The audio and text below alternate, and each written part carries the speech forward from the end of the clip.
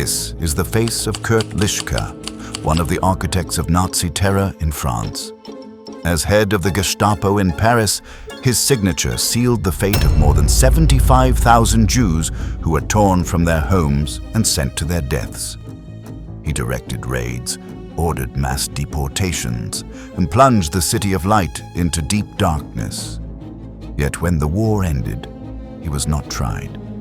He returned to Germany and lived openly, protected by legal loopholes and by a country still unwilling to face its past. For years, he walked freely through German streets as if Auschwitz had never existed. His name and his atrocities began to fade until two figures stepped out of the shadows, Serge and Beate Klarsfeld. They were not police officers or state agents. They were a relentless married couple who acted as living memory.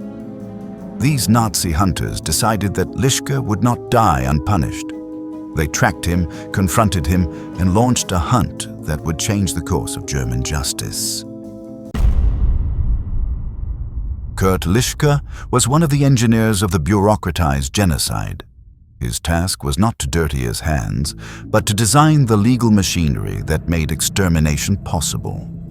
He oversaw coordination among departments, ensuring that every step was executed with precision. From his office, he authorized raids, coordinated with the SS and local police, and decided who lived and who boarded the next train to the camps. There, he perfected his ability to manage complex repressive structures, which made him the ideal candidate for an even more critical post: occupied France. He's sent out to Paris, where he heads up the Jewish Affairs Department. And that doesn't mean looking after Jews. That means effectively killing them. He organized the arrest of Jews in France and their deportation to Auschwitz. And that's his job. He's in charge of annihilating a people. At the end of 1940, Lischka arrived at his new assignment. He first served as deputy commander. In 1942, he was appointed regional commander of the security police and the security service in occupied France. Under his command, the French Gestapo reached unprecedented levels of brutality. During his tenure, he oversaw the systematic deportation of between 73,000 and 80,000 Jews. Women, children, the elderly. No one was exempt. The transports went almost without exception to Auschwitz. Lischka not only approved the lists, he maintained direct contact with Adolf Eichmann, the logistical chief of the final solution, with whom he coordinated the weekly quota of victims. It is 100% Lischka's job to organize the arrests, deportation, and the ferrying of the Jews east, which of course is that great Nazi euphemism for exterminating people in camps such as Auschwitz. Little by little, Lischka became a dreaded figure. Among his most notorious acts was his role in organizing the July 1942 Velodrome d'Hiver roundup. More than 13,000 Jews were arrested by French police, crammed into inhuman conditions, and handed over to the Nazis for transfer to extermination camps. Nevertheless, when the Third Reich collapsed in 1945, Lischka was arrested by Allied forces. They knew who he was and what he had done. It seemed his end had come. He was handed over to France and soon after sent to Czechoslovakia as part of the repatriation process for Nazi criminals. Everything indicated that the Butcher of Paris would finally pay for his crimes. But fate had other plans. In 1950, without having served an effective sentence, Lischka was released. He returned to West Germany, settled in Cologne, and resumed his life. Not in hiding. He did not change his name or conceal himself from his neighbors. He came back as if nothing had happened, hoping his past would be buried by history. Meanwhile, a French court sentenced him to life at hard labor for his direct responsibility in the deportation of tens of thousands of Jews. But that judgment was largely symbolic.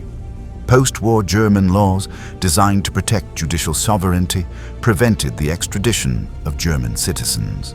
Thus, for 2 decades, the man who had coordinated extermination from Paris walked freely through the streets of Cologne. During this time, the German state networks and legal apparatuses are still riddled with people who are not that interested in hunting Nazis, either because they themselves have something about their own past to hide or they know someone. In fact, Kurt Lischka has already been convicted of war crimes, not in Germany but in France in 1950. Remarkably, as long as he stays in Germany, he's safe. While Lischka lived comfortably, a Franco-German couple launched a crusade that would shake Europe, Serge and Beate Klarsfeld. They were not detectives or police officers. They held no official positions and had no access to state resources. They were not secret agents, but they spoke for the silenced. Serge was a French lawyer and historian, the son of a Jew deported to Auschwitz and murdered by the Third Reich. Beate, by contrast, was born in Berlin in 1939, the daughter of a Wehrmacht soldier. The memory of the war and the weight of Germany's past transformed her. On moral conviction, she became a radical activist against Nazi impunity. United, they dedicated their lives to locating, exposing, and bringing to justice the criminals who had escaped punishment.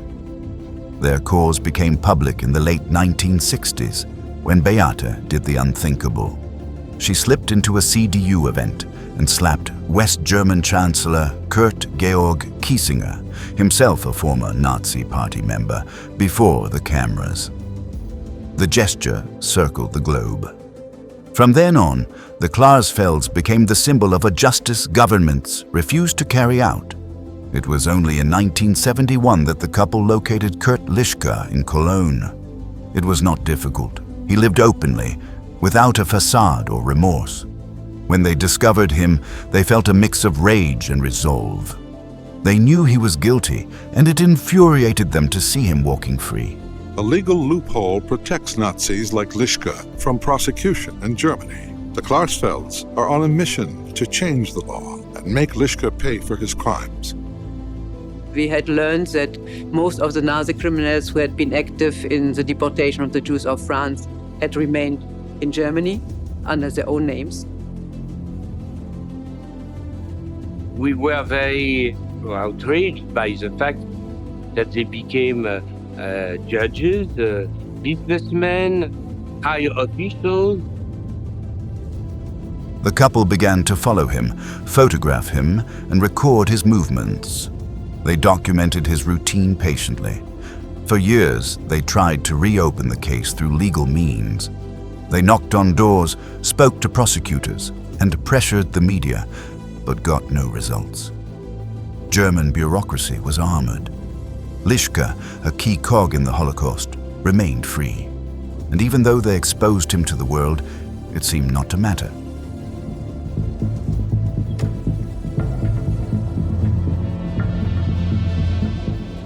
We filmed Lischka when he went out from his apartment. Serge said, "Yes, that's him." Zigarette raucht. Und Klarsfeld sagte, ja, das ist er. It is the start of a dramatic cat-and-mouse chase that will last almost 9 years. Time passed. With no answers, they devised a desperate plan. Kidnap him and take him by force to France so he would finally face justice. In October 1974, the Klarsfelds set the operation in motion. They had a small group of French and German collaborators, activists and volunteers willing to risk themselves for a just cause. The technical details of the plan were kept secret for decades, but we know that Lischka had been under surveillance for weeks. They knew what time he went for a walk, which routes he took, and where he stopped. Finally, the moment to act arrived. The transport vehicle was ready. They had false documents, alternate routes, and a meticulous plan to cross the border. The chosen time was an ordinary morning when Lischka walked alone through his neighborhood. But something went wrong.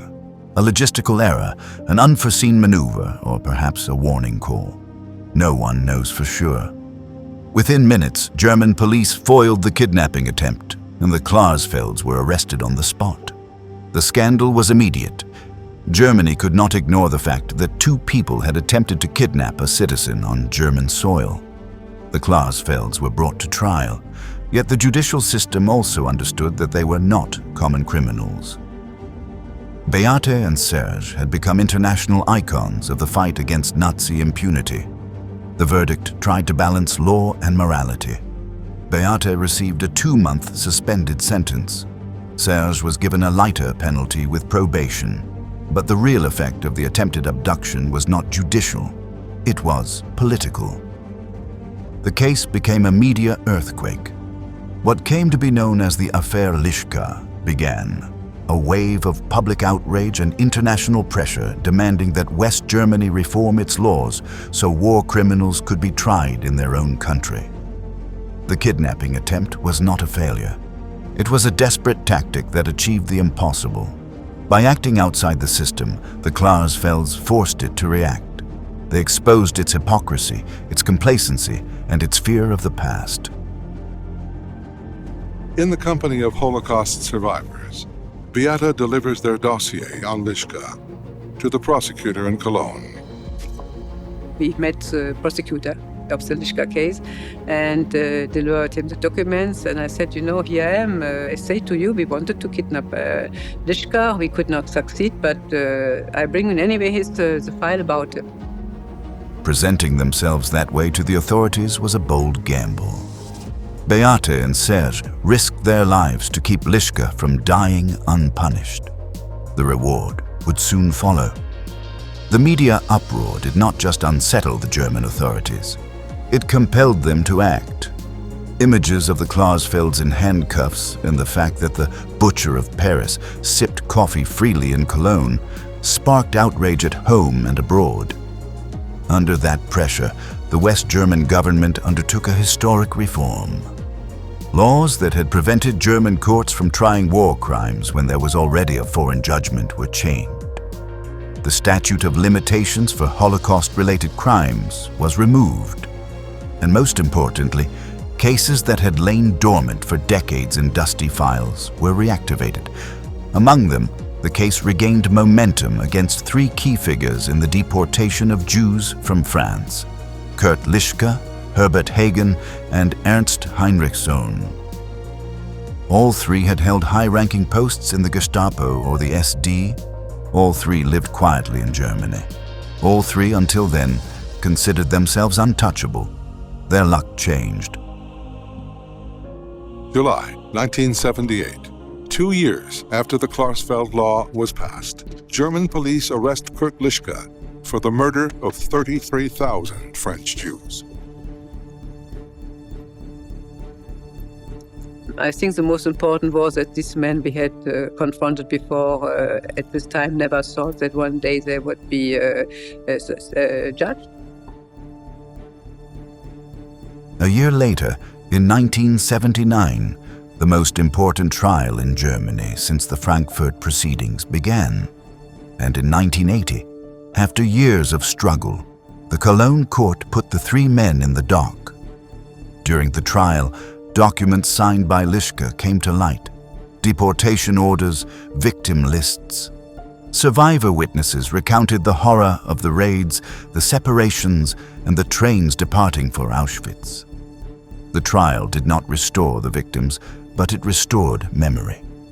Kurt Lischka was found guilty of complicity in the murder of more than 73,000 Jews. He was sentenced to 10 years in prison. Although the sentence was lenient compared to the magnitude of his crimes, the impact was immense. For the first time, West Germany tried one of the architects of the Holocaust within its own legal system. His face was exposed, and so was his story. The institutional silence that had protected him for decades broke apart. The precedent set in that trial made it possible to advance other similar cases. Doors to justice, shut for so long, began to open. Even so, Lischka served only 5 years. He was released in 1985 for health reasons. He never showed remorse or asked forgiveness. Although free, the butcher of Paris died a criminal, and his conviction was more than an individual sentence. It became a symbol that justice, though delayed, could still reach them. It was the moral victory of those who refused to accept oblivion as destiny. Kurt Lischka embodied one of the most disturbing truths of the 20th century, that crime does not always pay, and that indifference can be as lethal as action. For decades, he walked free thanks to silence, to laws that protected him, and to a society that preferred to look away. If not for Serge and Beate Klarsfeld, his name might have vanished into the cracks of time. They dragged him out of the shadows. Their crusade was not only for justice, but also to preserve memory, so that horror is neither repeated nor forgotten. And that brings us to the end. If you liked this video, join us in our next episode to keep discovering military history.